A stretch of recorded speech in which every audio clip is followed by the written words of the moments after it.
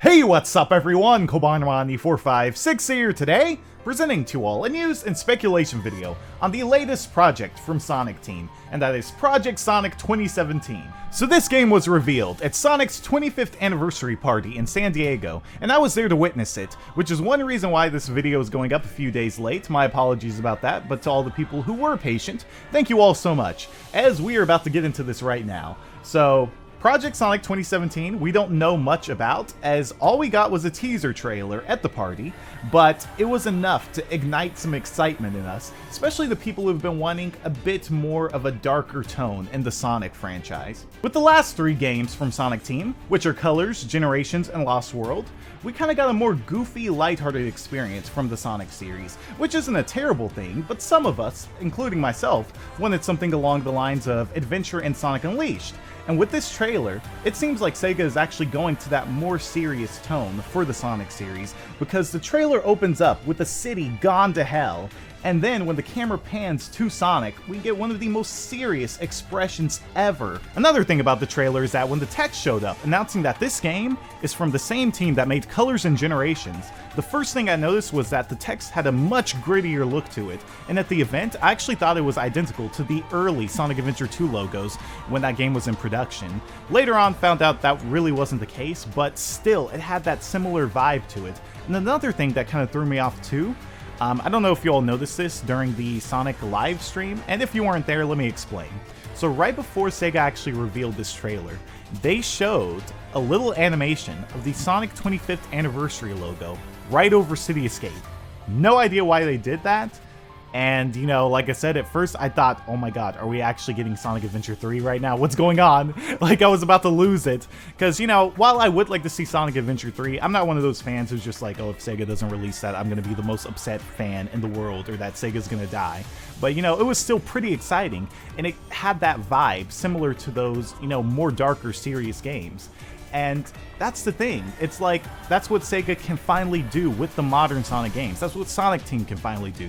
Because Sonic Boom is supposed to cater towards the younger audience, and then the modern Sonic games from Sonic Team are supposed to cater towards, you know, longtime Sonic fans, teenagers, and people who want a darker, serious tone. So, in a way, we should actually be thankful for the Sonic Boom series, because it can take care of one, you know, audience, and then we can have games like this. For us, for the people who want something more serious. Anyways, those were my first initial thoughts when I saw the trailer, but now that we've gotten that out of the way, let's actually talk about what happened. So like I said, basically the city is in hell. You all can see ginormous Eggman mechs, very similar to the Death Egg robot from Sonic Generations, just basically terrorizing the city. The whole city's on fire! But yeah, for real, like, this looks like Crisis City, but at the same time, it actually has a look similar to City Escape, which could be one reason why Sega showed off that animation right before the trailer, because even though the buildings aren't exactly identical to City Escape, it still has a look very similar to it, as there are tons of very tall buildings all over the place, and then as Sonic runs, in the trailer, you can actually see there are tons of slopes, styled very much like how City Escape is in Generations. So yeah, I don't know, maybe this is supposed to be kind of like a callback to it, not exactly City Escape, but something similar. So yeah, basically Sonic jumps up in the air, does a spin attack right into the ground, starts dodging all kinds of obstacles, and it looks like he's quick-stepping and boosting, and at the same time also kind of doing a spin dash, but I feel like it's kind of similar to how, you know, when Sonic does boost in Generations, every once in a while he will go into a ball. So I feel like this game will definitely be a modern Sonic game, gameplay-wise, but I don't think it's going to be like Generations exactly, because Sega actually did confirm that this game is not Sonic Generations 2. It's an entirely brand new gameplay style. So yeah, we have no idea how this game is going to play, but I do feel like Sonic will retain some of his abilities that he's had in modern Sonic games, like the quick step and boost, based off of what we saw in this trailer. And another thing, classic Sonic spin dashes onto the scene and saves modern Sonic from a huge pile of debris that's about to fly right into his face. And I love how they introduced classic Sonic, because they actually pulled a pose from a long time ago, some very similar to some classic Sonic artwork. I have no idea where it's from, but it is very old. So really cool Easter egg. I like how Sega is definitely putting a lot of references to their past and what we've seen in Sonic Mania and also in this game.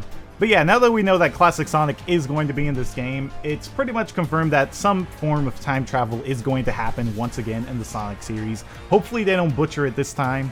But another thing too, right after the two Sonics, you know, kind of like meet up and all that shenanigans, they both actually boost towards the Death Egg robots. So maybe Classic Sonic is going to get a boost in the next game? You never know, because in Sonic Generations, I mean, Sonic taught him how to do a homing attack and was like, hey, soon you're going to be able to do a boost. So maybe Classic Sonic has a few tricks up his sleeve. And right as they boost towards Eggman's lair or whatever, that's when the trailer ends and says join the resistance, as this game will be coming out holiday 2017 for Xbox One, PS4, PC, and Nintendo NX. So Sonic actually has a game confirmed for the NX before Mario even does, which is kind of crazy to think about. But yeah, that's basically it for the trailer, so now I guess I should go ahead and get into speculation, theories, all that shenanigans, as every time I see this trailer, I can't help but think about the ending in Sonic Chronicles: The Dark Brotherhood, and also the Sonic Archie comics. Not sure if you all have played that game, but Sonic Chronicles: The Dark Brotherhood was a Nintendo DS game, and at the ending of that game, after Sonic and friends defeat Ix, they teleport back to their world, and a ton of time has passed between them teleporting between dimensions that Eggman has actually taken over the city, and he's got his own Eggman Empire and shoots Sonic and friends down. So it just kind of makes me feel like, I don't know, what if this was like supposed to pick up from where like Sonic Chronicles: The Dark Brotherhood ended off, and then, you know, with the Sonic Archie comics too, you know, Sonic Chronicles was definitely based off the Archie comics, as, you know, they are a lot more in-depth when it comes to story, and a lot of the arcs in that comic series are a lot darker too. So I don't know why, I just can't help but feel like it would be so cool if there was like some connection between those two games. I'm not saying that I want a Sonic Chronicles Dark Brotherhood sequel, but I mean, you look at it, it's just like Eggman really has taken over everything. Like, the whole city's gone to hell. How could Sonic let this man get away with so much like this? And then, you know, considering that there is potentially time travel going to happen, I don't know. It just makes me ponder, like, wow, what if this in some way is tied to Sonic Chronicles? And then it makes me think, what if Sega has actually gotten Ian Flynn, the writer for the Sonic comics, behind this game? And, you know, some people may be like, oh my god, that's super far-fetched and all that stuff, they can't do that. I don't know. It could be a possibility, because, I mean, you look at Sega, they got Christian Whitehead for, you know, Sonic Mania and all that stuff, and Sega knows that their comics are very well received. It's pretty much the longest running video game-based comic series. So if they want a more serious story, who else would be better for it than Ian Flynn? So, like I said, I'm just going off from what I saw in the trailer. This is not anything confirmed at all. This is just speculation, so don't take all I'm saying with a grain of salt. But yeah, I can't help but feel that this game is going to be very similar to the, you know, stories that we get in the Archie comics.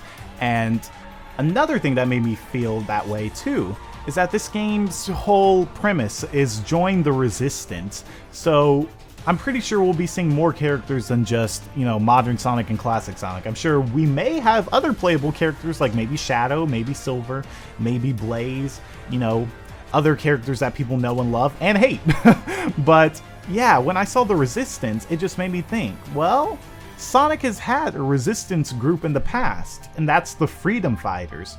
So what if the Freedom Fighters are actually going to be coming to the games? I don't know. Could be a possibility.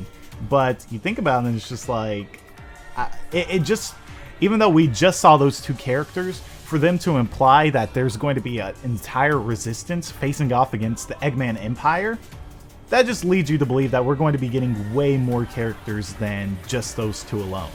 And hopefully their roles are bigger than just saying, oh my god, it's a homing shot! And you got this, Sonic. Another thing I forgot to mention is that the production values for this trailer seem really high, and I hope it carries over to the game itself, because while we have had very beautiful CGI trailers for games like Sonic Colors, Sonic Generations, and Sonic Lost World, I felt like the presentation was a little bit lacking compared to games like Sonic Unleashed, where you could tell that game was extremely high quality and a lot of time and money was put into it. And while you may not be fond of Sonic Unleashed because of the Werehog or whatever, you can't deny that a lot of money was put into that game, and it shows. It shows way more than Generations and Lost World and Colors. And I really hope that with this game, they do just that. They put a ton of money into it, because I feel like it's going to be a good game. I think that they should put as much money into it as they can to make the presentation even better and match what Unleashed did. And who knows, maybe even surpass it. Because seriously, Unleashed just felt so high quality. Something about it, with the menus, the cutscenes, the hub worlds, the visuals, everything about it just made you feel like you were on this grand adventure with Sonic just because of the presentation. And I really, really hope Sega can replicate that again.